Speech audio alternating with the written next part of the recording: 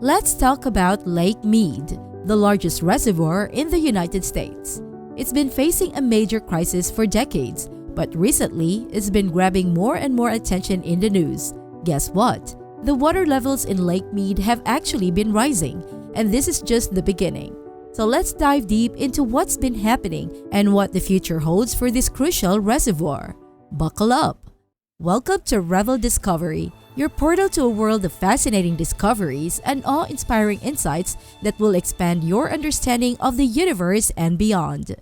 To fully grasp the significance of Lake Mead's rising water level, we need to understand what it is. Picture this. Lake Mead is an enormous reservoir created by the mighty Hoover Dam. It's nestled about 30 miles east of the glitzy city of Las Vegas. And let me tell you, this reservoir is no joke. It can hold the average annual flow of the Colorado River for a whopping 2 years. Stretching for 65 miles and boasting a highly irregular shoreline of 550 miles, Lake Mead is an engineering marvel. And here's more. It's not just a reservoir. It's also a national recreation area. This means that besides being a source of water, it offers visitors a chance to enjoy a plethora of activities. You can fish, indulge in water sports, take a dip for a refreshing swim, and explore the great outdoors. And here's the cherry on top. Lake Mead's boundaries include parts of the Hualapai Indian Reservation and Lake Mojave. So it's not just a reservoir, it's a unique and diverse destination. Now let's address the elephant in the room. How did this massive body of water become a cause for concern in the first place? Well, less than a year ago, Lake Mead, once a lifeline for over 25 million people in the Southwest, was gasping for air. It wasn't just a shadow of its former self, it resembled a barren wasteland of water. Years of drought and a meager snowpack in the Colorado River basin had taken their toll. The lake was receding at an alarming rate, causing worry and distress. It's a tale of two sides though. While some adventurous tourists saw the shrinking lake as an opportunity to explore the newly exposed shoreline, the situation was dire for the communities that depended on the lake. The water levels dropped to a record low, resulting in the shoreline receding by several hundred yards and boat ramps shutting down one by one. It wasn't just the human communities that suffered.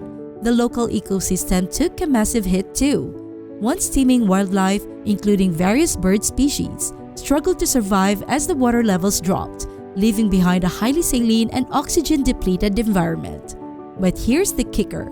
The consequences of the lake's drying up were not limited to the local ecosystem.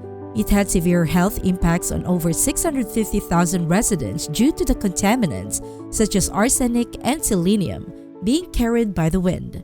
The National Park Service had to spend millions of dollars to move and expand both launching ramps and other infrastructure in a desperate attempt to keep up with the receding shoreline. Yet, it was clear that more needed to be done. As the situation worsened, the federal government had to step in and impose mandatory water cuts in Nevada, Arizona, and Mexico, with California sure to follow suit. Can you imagine the catastrophe that would ensue if the region lost its entire water supply? It would potentially eliminate the hydroelectric power source that provides electricity to millions of people. The consequences would be unimaginable. So, what are the main factors behind this surprising rise in Lake Mead's water levels? It's fascinating, really. The first reason can be attributed to the persistent snowmelt in the majestic Colorado Rockies. This snowmelt serves as the primary source of water for the entire Colorado River basin, and it has played a significant role in the lake's rising water levels. But that's not all. The U.S. Bureau of Reclamation, in their quest to address the situation, conducted a high-flow experiment in April.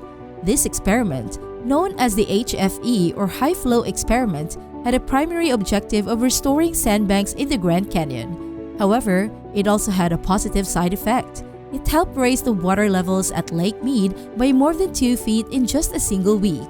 Talk about a win-win situation. The success of the high-flow experiment led the U.S. Bureau of Reclamation to make an important decision: to increase the amount of water released from the dam this month. This decision is expected to have a significant impact on the water level at Lake Mead. And guess what? The water levels in the lake are already showing signs of improvement. It's a glimmer of hope in the midst of a prolonged crisis. According to a recent announcement from the U.S. Bureau of Reclamation, the volume of water released from Glen Canyon Dam will see a substantial increase for the month of May. In fact, the amount of water to be released is almost double what was released before the high-flow experiment took place. The Bureau made a statement saying reclamation has increased May's release volume from Glen Canyon Dam to just over 1 million acre-feet. That's some serious water. The increased release of water is expected to further bolster the lake's water levels, which is undeniably a positive development. After all, Lake Mead has been struggling to maintain its water levels due to the ongoing drought in the southwest region that has persisted for over 20 years. It's no easy feat, but the recent changes have offered a glimmer of hope to the millions of people who depend on the lake for their water supply. The U.S. Bureau of Reclamation is closely monitoring the observed inflow into Lake Powell and will adjust Glen Canyon Dam's annual release volume accordingly each month. As for the immediate future, we'll be eagerly waiting to hear if the Bureau will continue to release more water over the summertime in Lake Mead. Fingers crossed for positive news. And here's an interesting tidbit. The rapid increase in Lake Mead's water level has led to an intriguing sight. Remember that sunken speedboat? Some have lovingly dubbed it as the monolith of Lake Mead. Last year, this boat made international headlines when it became visible above the waterline, surrounded by murky green water in the cove. As the water level receded, curious visitors could actually walk out to the boat and touch it.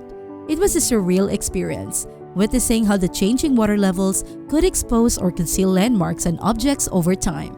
In 2022, several visits to Lake Mead were made to keep people informed about the water levels and the status of the speedboat. It was fascinating to see how the water levels affected the boat. With each visit, the boat became more noticeable, and the vegetation around it grew taller. And now, with the recent rise in water levels, visitors can once again see the submerged boat, though walking out to it is no longer possible. In April, the water level in Lake Mead started at 1,046.06 feet above sea level. However, it dropped by a quarter of a foot in just 6 days, causing some concern. But fear not, the water level began to rise shortly after and continued to rise over the next 3 weeks, reaching a level of 1,049.77 feet. This rapid rise is certainly encouraging after the severe water loss experienced in the region last year. The U.S. Bureau of Reclamation conducts a monthly study to forecast Lake Mead's water levels, and they've been consistently revising their predictions as the situation evolves. In March, the Bureau estimated that the water level would reach 1,036.3 feet by the end of April. But guess what? The actual water level turned out to be 13.5 feet higher than their initial estimate. They updated their prediction in mid-April, stating that the lake would rise to 1,048.8 feet by the end of the month. However, they were still off by about a foot. The Bureau had to increase water releases from Lake Powell due to heavy snowpack, and based on the latest projections, the water level is expected to rise another 17.5 feet through October. Now, despite these recent increases, let's not forget that Lake Mead is still historically low due to the relentless mega drought that has been plaguing the region for 23 long years. Currently, it sits at the depth of 179.22 feet below full pool, which is a significant drop. Both launch ramps may be closed, but the lake is still open for recreational use. On the right side, Lake Powell's water level is still on the rise, even after transferring billions of gallons to Lake Mead last month. It has seen an increase of over 4.5 feet.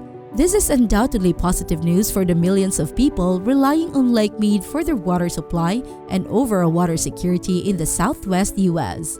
We'll eagerly await the Bureau's decision on potentially releasing more water from Lake Powell into Lake Mead. What do you think about the efforts to restore the lake's water levels? Are you optimistic about the future of Lake Mead? Engage with us by leaving a comment, subscribing to our channel, and clicking the notification bell for regular updates. Keep watching, stay inspired, and get ready for more exciting discoveries. See you in our next episode.